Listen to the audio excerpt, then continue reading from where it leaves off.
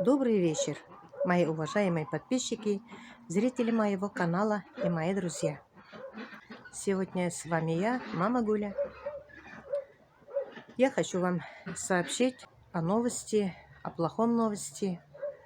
Я неделю назад заболела, вчера попала в больницу, у меня температура большая, одышки.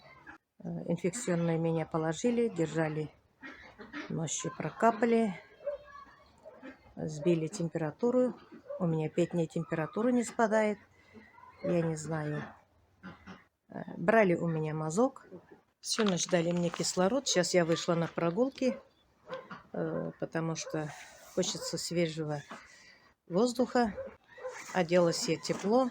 Все равно меня знобит. Неделю назад я перерабатывала 4 ведра помидорчиков. Выпила холодного кумыса. У меня привычка такая выпить из-под крана холодной воды. Не знаю, у меня обострение бронхита. Я 5 дней не смогла сбивать температуру и вчера обратилась в больницу, инфекционное отделение. У нас специально есть комната с отдельным входом. Там брали у меня мазок. Мазок мне скажут, наверное, где-то в понедельник.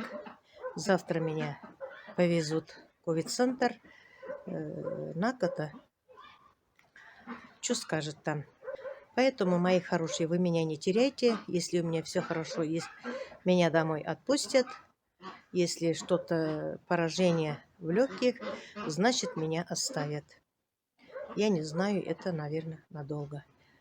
Мне предварительно сказали, чтобы я сумку собирала, приготовилась ложиться.